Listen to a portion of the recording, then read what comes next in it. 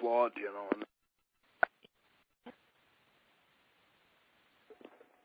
everything all right? Yeah. I think we lost him. Hello? Hello? Oh, there you are. Yeah, still here. Sorry. Yeah, I think we have, is that one of your kids, or is it one of my kids, or somebody grabbing our phones? Or? Oh, I'm not sure. I wouldn't be surprised if it's from this end. Oh, okay. I apologize about that. But, well, I was just, coming through the book just the other night, and one of the things I read in the book, and I hope this isn't getting too personal, is probably going back to Brett, and I don't want to talk nothing about Brett in this interview because I don't want to insult you. But you were talking a little bit about the 1993 storyline where you guys, the Hart family started to explode a little bit, and it eventually became the Brett and Owen angle, and that you were originally considered for it. It kind of brings me to my next question, since we're talking about who the WWE brought in. How come you never ended up there? Because clearly you've got the brain for the business, and running Stampede, you would have to. Why did they never pull you up and use you as a member of the main roster? I think it was, as I said in the book, when they first came up here in '84, I was kind of excluded or kayfabed about everything because most people figured I'd be obstructive to it or not thrilled with it, which probably would have been true. So I was kind of perceived to be anti-WWE, and Vinny ended up screwing my dad on the deal like he did all the other promoters anyway. There was no... Hello? Sorry about that. Yeah, That's not me, by the way. I grabbed all the other phones in the house, so I don't know what's going on. Sorry about that. But subsequent to that, I had a few invitations down there, and I was, pissed later on to find that Brett had been like one of the main people instructing it, which was pretty aggravating, given that I'd gone to inordinate lengths to help him back, even when getting his career off the ground in Stampede. I'd been the guy who booked guys like Dynamite and all those other guys that were instrumental in his rise. And then I was writing his column for him for 5 years. I thought, I used to give him all kinds of really dynamic ideas and all that kind of thing. And it was kind of frustrating that, I'd find out later that he was the one who was kind of pulling the rug out from under me more than anyone, it's just kind of a piss off because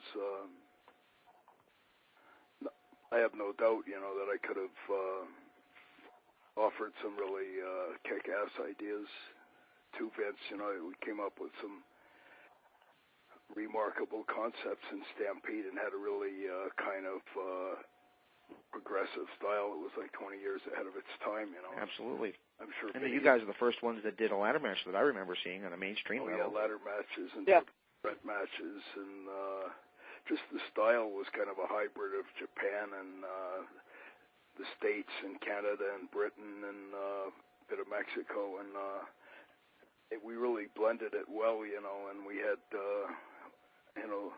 smaller guys and bigger guys, and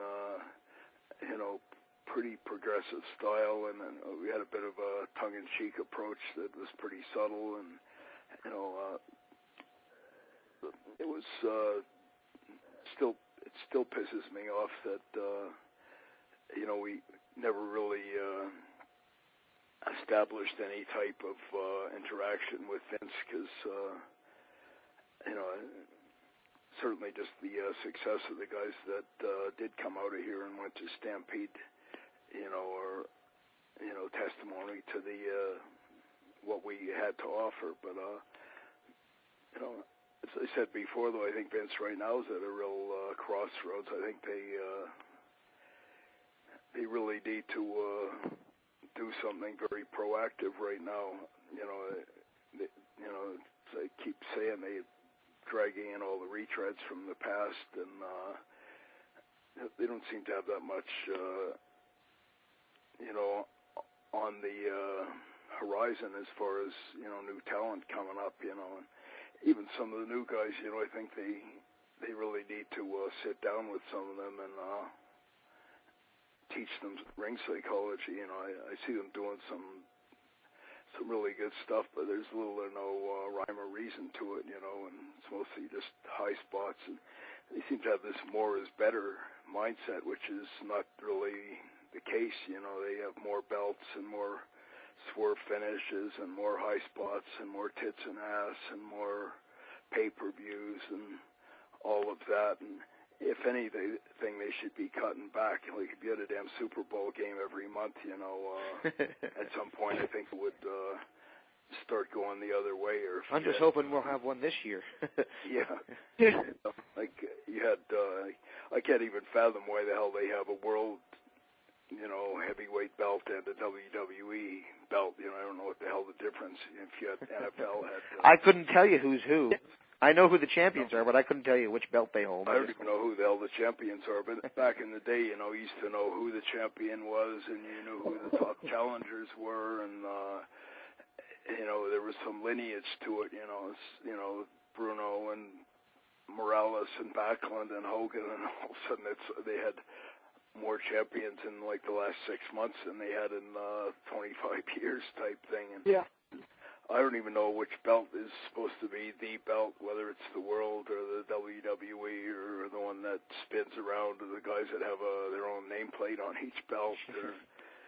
I'm almost amused when I see a guy like Miz coming out and he's wearing 3 belts, or you don't even know which one, whether it's the U.S. or the Hardcore or the ECW or but it's like that in every, realm, that too many high spots and too many this, too many that. And they need to really cut back. The biggest indication that I see that the wrestling fans have tuned them out and just want some sort of semblance of traditional wrestling is this meteoric rise of UFC and MMA. And I'd agree. I'm not even a fan of that, but at least... Me neither, but it stole our formula, didn't it? Yeah, my dad used to say when he was alive that they're basically... UFC wasn't much different than what wrestling was back in the 20s and 30s. It was pretty much, just 2 guys fighting and minus the octagon, but at least it looked real, and there was, not too many artificial additives or whatever the hell else, and that's all. I think wrestling fans... The frustrating part for me right now is wrestling should be taking off like never before with this incredible, rise of the internet and Twitter and Facebook and all of that, because you could sell wrestling in Africa and South America and Asia, and you can imagine if you had Chinese and you had Brazilian champions and all this kind of thing, it would be incredible. Instead, even when WWE goes to those places, it doesn't even take any, it just takes over a bunch of Americans, which is almost hard to believe, because they should know that better than anyone, and they even seem to have, for some stupid reason, decided to go politically correct, which is absurd as well, because wrestling's main strength has always been that it's politically incorrect. You have the insidious Nazis or the Russians or the Iranian, the Iron Sheik or whatever, and that's all it ever was, was kind of an affront to, political correctness, but that's why people tuned in. Nowadays, even the bad guys, I don't even know who I can't even differentiate between heels and faces. Seem like sometimes you can't. Sometimes you can't. All of, everyone punches, kicks, nut shots, fights on the floor. There's not anything to differentiate between Randy Orton. He does more punching and kicking as a face now than he did as a heel, but he's, I guess, a face. I don't know whether Triple H is a face or a heel, or Undertaker or Kane, or And it should be very black and white. You know, the fan, like you go to a damn movie, you know who the villain is and the face. You know who you're cheering for, who you want to see get a bullet in his head at the end or whatever the hell. You know, but in wrestling, I don't even know. And I keep seeing them have all these stipulation matches for no reason. It used to be the only reason you had a stipulation match back in the day was the culmination of some big build-up. You know, it was the blow-off. It was the you finally got to put two guys. One guy who's been running for the last year, and you finally put him in a cage and no escape and all like that. Nowadays, Vicky Guerrero out of the blue, or they have a whole pay-per-view with tables, ladders, and chairs, or elimination chamber, and all this other crap. And it should always be kind of cause and effect. You should have those things for a reason. And when you finally announce it, the people go, finally we're going to have some resolution. This is what we've been waiting for. But nowadays, just out of the blue, the mystery guest host, translation McMahon or whoever the hell. And I quote, is ordering, some kind of a stipulation match out of the blue, or 18 Nexus guys against Hornswoggle in elimination chamber match or some bullshit. You're going like, or Vicky Guerrero just coming out of the blue and ordering some guy who's just, had a barn burner of a match and is injured or whatever to defend the belt or something. It's just like, complete crap, Now, it's clear to me that you're still watching the product. I mean, is there a fire inside you that would like to do something, to train, to help involve creatively? It's always a bittersweet thing, because I still have a hell of a lot of passion. The wrestling business was incredibly good to my family. you've been me, with it since you were born. I got an incredible amount of satisfaction out of it, and I enjoyed a lot of the successes that we achieved and all like that, and so I have a lot of passion for it. That's why I rail against it. I guess if I didn't care about it at all, I wouldn't even be speaking, or I'd have tuned out on it a long time ago. But it frustrates the hell out of you to see it. It's like the golden goose being kicked and thrown down the stairs and plucked, and the fan, and the people I feel worst for are the fans, because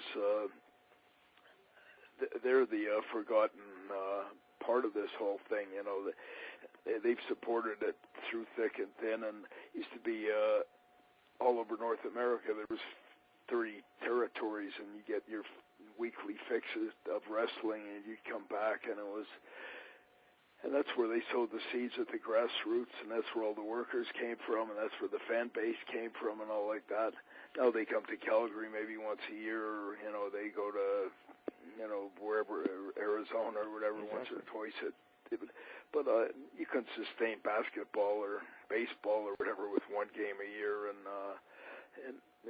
it's too damn bad. I feel bad for the fans, because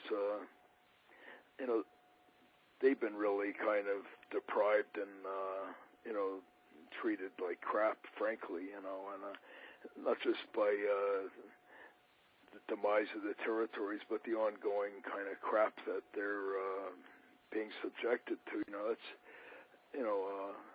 I'm sure most old school fans would be concurring with what I'm saying. They're just kind of like, geez, it's not like it used to be. It's funny when I see a good angle every now and then, I go yes, and I get excited, and wow, almost like high-fiving somebody, like, wow, they finally did a good angle, or I'm actually intrigued with that, or We're kind of the same way.